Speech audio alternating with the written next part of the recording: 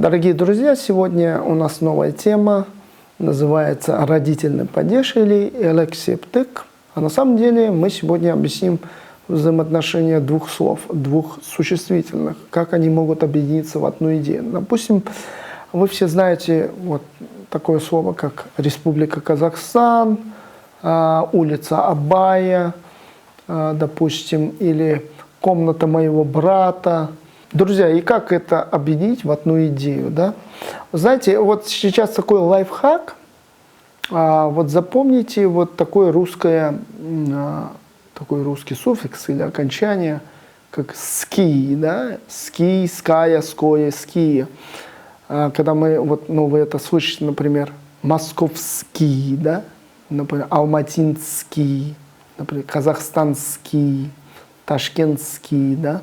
Когда вы используете вот это ски, когда вы хотите что-то соединить, две идеи, то есть, допустим, вы говорите, допустим, казахстанский бренд, допустим, у вас будет слово бренд и будет слово Казахстан. И чтобы это вы объединили в одну идею, вы говорите казахстанский бренд. Вы же не можете сказать, то есть Казахстан бренд. Или есть второй способ, вы говорите бренд Казахстана. Теперь, как вот эту идею передать, бренд Казахстана, как это сказать на казахском языке? То есть первая путаница, с которой вы столкнетесь в казахском, что мне вначале сказать, слово Казахстан или слово бренд, допустим. И для этого вам поможет вот это ски. То есть как правильно сказать, казахстанский бренд или брендский Казахстан? Правильно будет казахстанский бренд. Поэтому вначале идет слово Казахстан, и потом пойдет казахский аналог этому ски. То есть, а вот это ски, вот этот аналог, это будет вот эти 6 казахских окончаний. Смотрите. Нэн, нэн, дэн, дэн, тэн и тэн. И здесь опять идет конкуренция букв Н, Д, Т. И, друзья, опять, где же будет Н, где будет Т, где будет Т?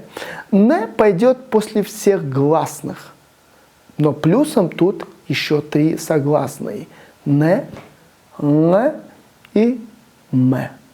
Д и Т пойдут после остальных согласных, соответственно, звонкий и глухой звукоряд. Остановились на слове казахстанский бренд, то есть казахстанский бренд. Теперь давайте посмотрим, вот этот бренд, он фактически теперь он чей-то, кому-то принадлежит, да, чему-то, в данном случае Казахстану. То есть он чей-то.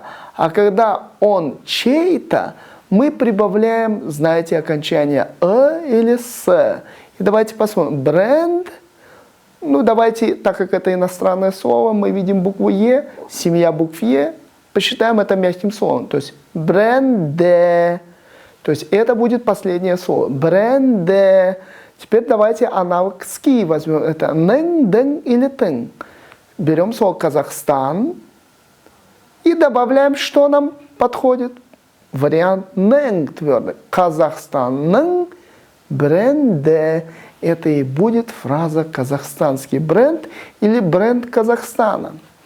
Друзья, и давайте мы теперь возьмем еще один вариант. Допустим, квартира моего брата. И давайте здесь теперь, мой брат это одна идея, да, это агам.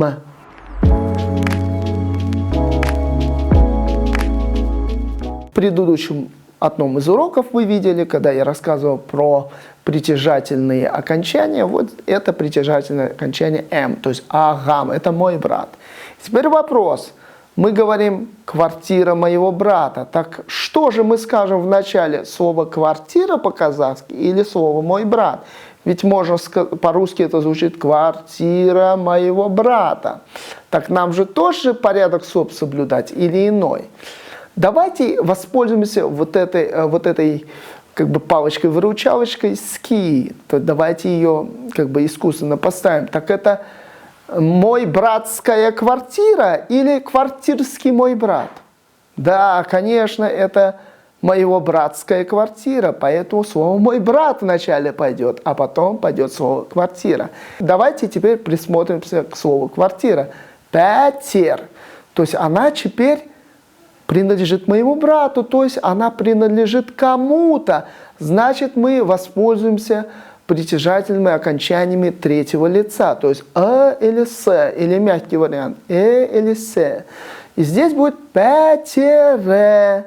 Все. И теперь вначале пойдет слово ага, но теперь нам нужно сказать мой братский, моего братского, а ски это будет день-тень-тень или день-тень-тень. И что мы поставим? Агамнен пятере. Теперь, значит, друзья, фраза «квартира моего брата» будет звучать на казахском «агамнен пятере».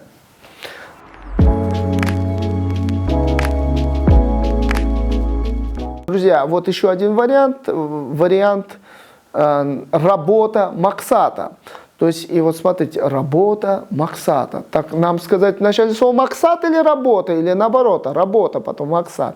Давайте воспользуемся подсказкой ски. Так это максатская работа или работский максат. Но вы понимаете, что это максатская работа.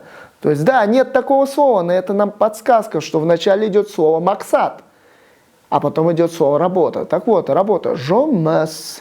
Слово твердое, семья, букв А. Добавляем, то есть она принадлежит максату, то есть кому-то. Добавляем или с. Жомес. Теперь берем слово максат, первое слово. Добавляем дын-тын-нын. Добавляем тен. Максатен. Жомес. Друзья, на этом мы заканчиваем свой урок. Встретимся на следующем уроке. До свидания.